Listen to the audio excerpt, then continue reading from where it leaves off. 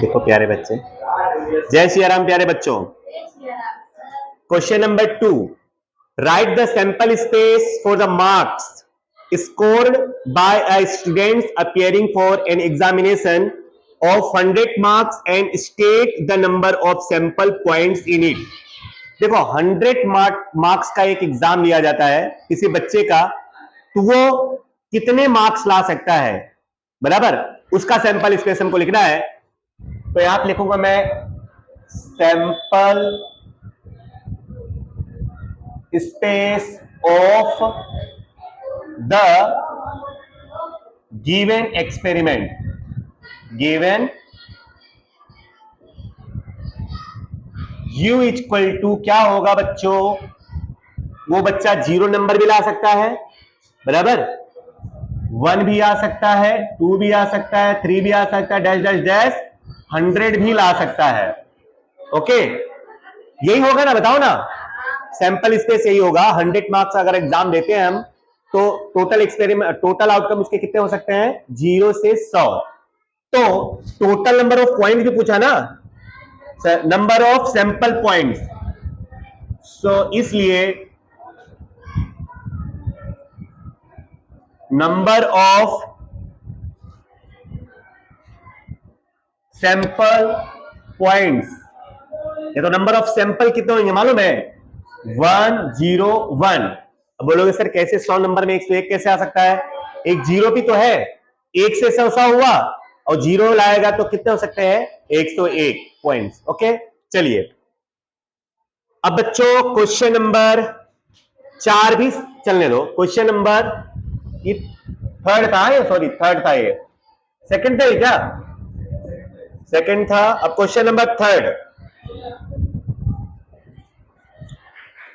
देखो, right the sample space for randomly selected 1 minister and 1 deputy minister from 4 person.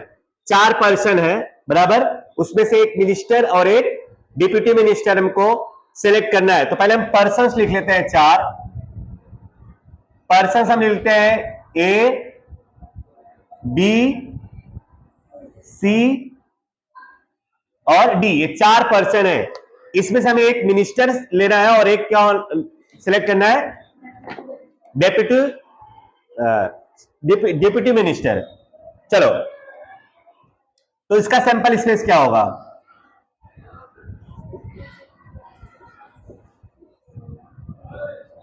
Sample space U। इसमें भी आप वैसे ही करो, पहले A के साथ में किसको लो, B, A B A C A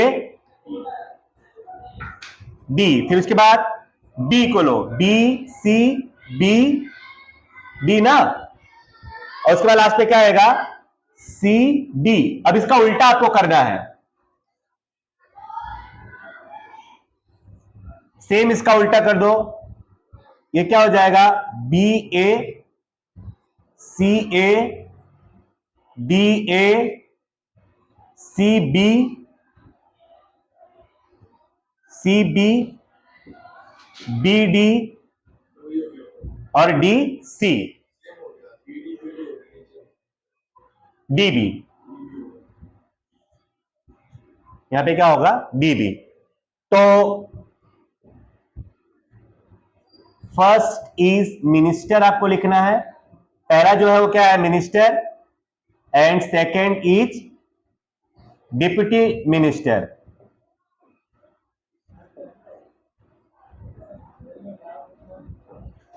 जो पहले नंबर पे रहेगा उसको हमको क्या मान के चलना है, मिनिस्टर होगा, और दूसरे नंबर पे जो रहेगा वो क्या होगा, डिप्यूटी मिनिस्टर होगा। मतलब 4 लोग हैं, इन चारों में से एक बंदे को हमें क्या बनाना है, चीफ मिनिस्टर, और एक बंदे को क्या बनाना है, डिप्यूटी मिनिस्टर, बराबर ना। तो ये 4 में से कोई भी एक हो सकता है, तो लेकिन हम ऐसा मान लेते हैं जो पहले नंबर पे रहेगा वो क्या रहेगा, मिनिस्टर, और दूसरे नंबर वाला क्या रहेगा, डिप्यूटी मिनिस्टर, बराबर ना। तो इस तरह से पहले हम लोग ए के साथ में बी, ए के साथ में सी, ए के साथ में डी, फिर बी, बी के साथ में सी, बी के साथ में डी, फिर सी, सी के साथ में डी, ये हो गई, बराबर। अब उसके बाद पहले नंबर पर बी भी तो हो सकता है, पहले नंबर पर कौन हो सकता है? बी। तो बी क्या हो जाएगा? मिनिस्टर। तो ए क्या हो जाएगा? Deputy minister. फिर यहां पे जैसे पहले नंबर पर ए है मिनिस्टर और बी पे क्या होगा? Deputy minister. लेकिन अब उल्टा कर दो तो सी भी मिनिस्टर हो सकता है और ए क्या हो जाएगा? Deputy minister. इसलिए मैंने उल्टा किया। तुम बोलोगे सर ऊपर वाले मैंने आपने उल्टा नहीं किया था, आपने सीधा किया था, ये डाउट आया होगा तुम्हारे मन में। क्यों? क्योंकि वहां पर सिर्फ हमको 2% को सिलेक्ट करना था, बराबर ना। बट यहां पे हमको मिनिस्टर पहला और दूसरा डिप्यूटी मिनिस्टर सिलेक्ट करना है, बराबर ना। एक मिनिस्टर और डिप्यूटी मिनिस्टर। तो अब पहले मान लेते ए मिनिस्टर है और बी डिप्यूटी मिनिस्टर, तो बी भी तो मिनिस्टर हो सकता है। बस यहां पे हमको लेकिन बताना पड़ेगा कि पहले नंबर पर जो क्या है? मिनिस्टर है और फर्स्ट नंबर वाला क्या है? डिप्यूटी मिनिस्टर है, बराबर ना। ऐसा इसमें ऐसा थोड़ी बोला है कि पहले नंबर वाला मतलब ए वो मिनिस्टर ही होगा, मिनिस्टर बी भी हो सकता है। जैसे यहाँ पे ए मिनिस्टर है और ये डिप्यूटी मिनिस्टर है, तो ऐसा कोई जरूरी नहीं है। सी भी मिनिस्टर हो सकता है क्योंकि इसमें समझो रैंडमली सिलेक्ट करना है किसी को, बराबर ना। तो ए बात ध्यान में रखना, मतलब ये मिनिस्टर वाला बात आया ना तो तुमको तो एक बार आपको लिख देना है, फिर उसी का उल्टा आपको नीचे लिख देना है। और यहां पे आपको लिख देना है कि first is minister and second is deputy minister in the given bracket. Okay, चलो चलो बच्चों, क्वेश्चन नंबर 4, ठीक है। एक्सरसाइज 1.1 का question number 4। A balanced coin in thrown a random experiment till the first head is obtained, बराबर। the experiment is terminated with a trial of first head. write the sample space of this experiment and state whether it is finite or infinite. okay, मतलब ये finite है कि infinite है? Finite मतलब जानते हो ना, जो लिमिटेड होता है, जो फिक्स होता है नंबर, जिसके नंबर फिक्स होते हैं ना, जिस एक्सपेरिमेंट के नंबर क्या होते हैं? फिक्स। जैसे एक कॉइन को हमने टोस्ट किया तो ये फिनाइट एक्सपेरिमेंट कहलाएगा ना। चलो, तो यहां पर क्या बोला है हिंदी में मैं बता रहा हूं कि एक कॉइन को तब तक हमको उछालना है जब तक हेड नहीं आए। हेड आया तो वहीं पे एक्सपेरिमेंट को क्या करना है? टर्मिनेट कर देना है, स्टॉप कर देना है। हेड आया तो स्टॉप। जैसे कि इसका सैंपल स्पेस क्या हो सकता है? मान लो हेड आया तो खत्म, फिर उसके बाद मान लो टेल आया तो सिक्का फिर से उछालना है हमको, फिर क्या आ गया? हेड, फिर वहां पे टर्मिनेट कर देना है। या तो ऐसा हो सकता है कि 2 बार हेड टेल आया, एक बार उछाला हेड आया, फिर उछालो टेल आ सकता है, दूसरे बार भी टेल आया, फिर तीसरे बार में अगर हेड आया तो टर्मिनेट करो इस एक्सपेरिमेंट को। या तो फिर 3 बार टेल आया उसके बाद हेड आया तो टर्मिनेट करो, या तो 4 बार हेड आया और उसके बाद टेल आया तो टर्मिनेट करो। मतलब इस तरह से ये चलता ही रहेगा। तो बोलो ये फिनाइट है कि इनफिनाइट है? फिर से समझा रहा हूं। देखो, हमको एक्सपेरिमेंट करना है कब तक? जब तक हेड नहीं आता।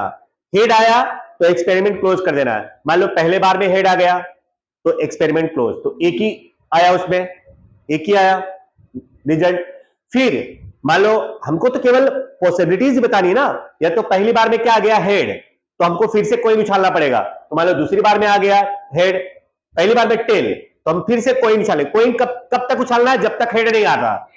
पहली बार में हेड आया तो क्लोज करो वहीं पे। फिर मान लो पहली बार में टेल आया और दूसरी बार में हेड आया तो क्लोज करो। या तो मान लो पहली बार भी हेड आया, टेल आया, फिर दूसरी बार भी टेल आ सकता है, फिर उसके बाद हेड आया तो क्लोज करो। या तो फिर पहली बार भी टेल आया, दूसरी बार भी टेल आ सकता है, तीसरी बार भी टेल आ सकता है, चौथी बार हेड आया तो वहां पे क्लोज करो। मतलब जब हेड आया वहीं पे हमको हमारा एक्सपेरिमेंट क्या कर देना है? टर्मिनेट कर देना है। तो भैया हमको कैसे पता चलेगा? वो तो कितनी बार में भी आ सकता है। तो इसलिए ये जो सैंपल स्पेस के नंबर होंगे वो क्या होंगे? इनफिनाइट होंगे।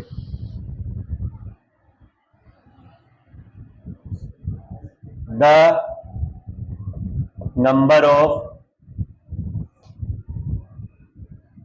This sample space is infinite ना।